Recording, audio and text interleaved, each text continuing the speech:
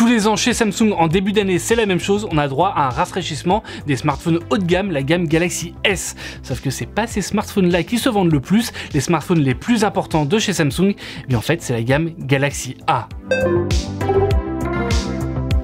Et justement, Samsung vient tout juste de présenter 3 nouveaux smartphones milieu de gamme et le moins qu'on puisse dire, c'est qu'ils ont de beaux arguments à faire valoir. On a le droit au Samsung Galaxy A52, au Samsung Galaxy A52 5G et au Samsung Galaxy A72. Et forcément, vous vous en doutez, eh bien ces 3 smartphones, ce sont les successeurs des Galaxy A51 et A71 de l'an dernier. Et histoire de vous donner une idée de l'importance de la gamme Galaxy A et des A52 et A72 pour Samsung, dites-vous que le Samsung Galaxy A51 c'était quand même le 2e smartphone le plus vendu dans le monde en début d'année l'an dernier. Donc c'est quand même assez important, surtout que c'était le seul smartphone de Samsung dans le top 10, entouré de smartphones d'Apple et de Xiaomi. Donc encore une fois, tout ça pour vous dire, les Galaxy A52, A52 5G et A72, ils sont quand même très importants pour Samsung. Et pour le coup, le constructeur a mis les petits plats dans les grands. Déjà, on va clarifier une chose, eh bien ces 3 smartphones, ils se ressemblent beaucoup. En fait, c'est tout simple. De l'extérieur, si vous avez un A52 et un A52 5G côte à côte, eh bien c'est juste impossible de faire la différence. Et même entre le A52 et le A72, eh bien à moins de les avoir vraiment côte à côte, c'est impossible de faire la différence. Il y a juste grosso modo une différence de taille, tant et si bien qu'on pourrait limite se dire que le A72, eh bien c'est un A52+. Dans les 3 cas, en termes d'écran, on va avoir pas mal de similarités. On a le droit à un écran Full HD+, Super AMOLED, plat, sans courbure sur les côtés et du coup avec des rebords qui sont assez visibles. On a le droit d'ailleurs à un lecteur d'empreintes qui est intégré dans l'écran et à une caméra poinçon de 32 mégapixels pour les selfies qui est intégrée en haut au centre. Pour le dos, c'est pareil, c'est la même chose pour les 3 smartphones. On a le droit à un revêtement en plastique mat qui est plutôt joli, qui fait pas mal penser en fait à une sorte de jouet finalement. C'est plutôt sympa. Le module photo, quant à lui, il est évidemment en relief, mais pour le coup, il vient bien se fondre avec le reste du dos du smartphone parce qu'en fait, il en épouse le coloris. Et d'ailleurs, tant qu'on parle de coloris, on a 4 coloris pour les 3 smartphones. On a du blanc, du noir, du violet et du bleu, assez pastel, assez doux. Encore une fois, ça rappelle un petit peu un côté jouet. Puisqu'on est en train de parler du design, on va également faire le tour du smartphone sur lequel on va retrouver une prise jack sur les 3 modèles, une prise USB-C pour les 3 modèles, une extension de stockage pour les 3 modèles, de la dual SIM pour les 3 modèles et même de l'étanchéité certifiée IP67 pour, vous l'avez compris, les 3 modèles. Mais les ressemblances ne s'arrêtent pas au simple design des 3 smartphones, même sur la fiche technique. En fait, ils partagent beaucoup de points communs. Déjà, quand on va s'attarder sur le module photo, eh bien, on a dans les 3 cas un capteur photo principal grand angle de 64 mégapixels, un capteur qui va permettre d'enregistrer des vidéos en 4K et qui en plus est stabilisé. Ce capteur photo principal dans les 3 cas, il va être accompagné d'un capteur ultra grand angle de 12 mégapixels et puis d'un capteur macro de 5 mégapixels. Pour la mémoire, on va encore une fois avoir dans les 3 cas 128 Go de stockage et 6 Go de RAM et on a même un revêtement Gorilla Glass 5 en façade sur les 3 smartphones. En fait, rassurez-vous, des différences entre les 3 modèles, il y en a bien évidemment.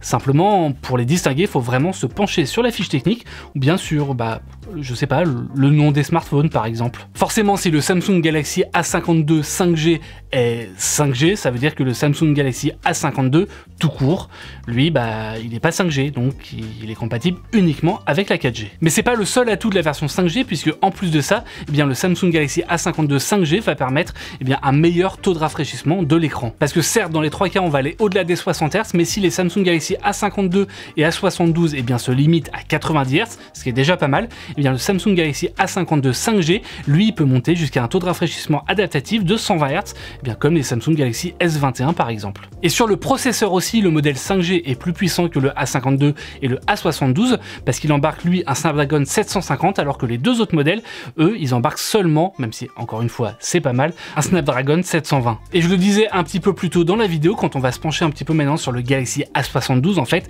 ça rappelle vraiment beaucoup à un Samsung Galaxy A52+. Parce qu'en fait, à part la taille de l'écran, bien évidemment, on va pouvoir compter les autres différences sur les doigts d'une main. Déjà, sur l'écran, on va avoir un écran de 6,7 pouces sur le A72 contre 6,5 pouces pour les deux A52 4G et 5G. Et forcément, comme le smartphone est plus grand, Samsung en a profité pour intégrer une batterie d'une meilleure capacité puisqu'elle a un plus grand volume. Donc on a une batterie de 5000 mAh sur le Galaxy A72 contre 4500 mAh sur les Galaxy A52 et A52 5G. Et tant qu'on parle de batterie, les 3 smartphones sont compatibles avec nos recharges rapides de 25 watts, mais en revanche, il y aura bien un chargeur qui sera intégré, mais seulement de 15 watts. Et puis sur le Samsung Galaxy A72, il y a quand même un petit plus qui pourra ravir les amateurs de photos, parce qu'on l'a vu, les 3 smartphones partagent 3 capteurs photo au dos qui sont absolument identiques. En revanche, ils en ont tous un quatrième. Sur les Samsung Galaxy A52 et A52 5G, ça va être un capteur pour le mode portrait de 5 mégapixels. Par contre, sur le Galaxy A72, eh bien, ça va être un téléobjectif avec un zoom optique x3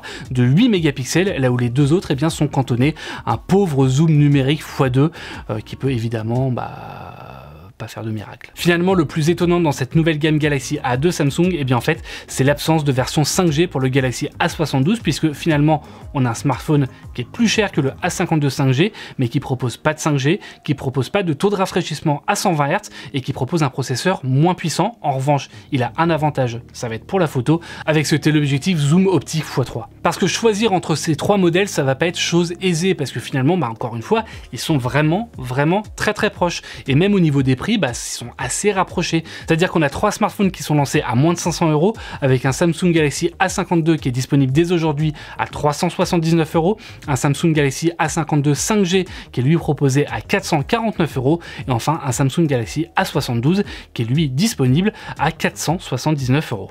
Merci à toutes et à tous d'avoir suivi cette vidéo. N'hésitez pas à vous abonner sur la chaîne YouTube de Frandroid. N'hésitez pas non plus à faire un petit tour. Eh bien, dans la description, on a des liens pour acheter les smartphones au meilleur prix. Un lien également vers la prise en main en version écrite. Et moi, je vous fais des bisous. Je vous invite à nous suivre sur Twitter, Facebook et Instagram. Et je vous dis à très bientôt sur Frandroid.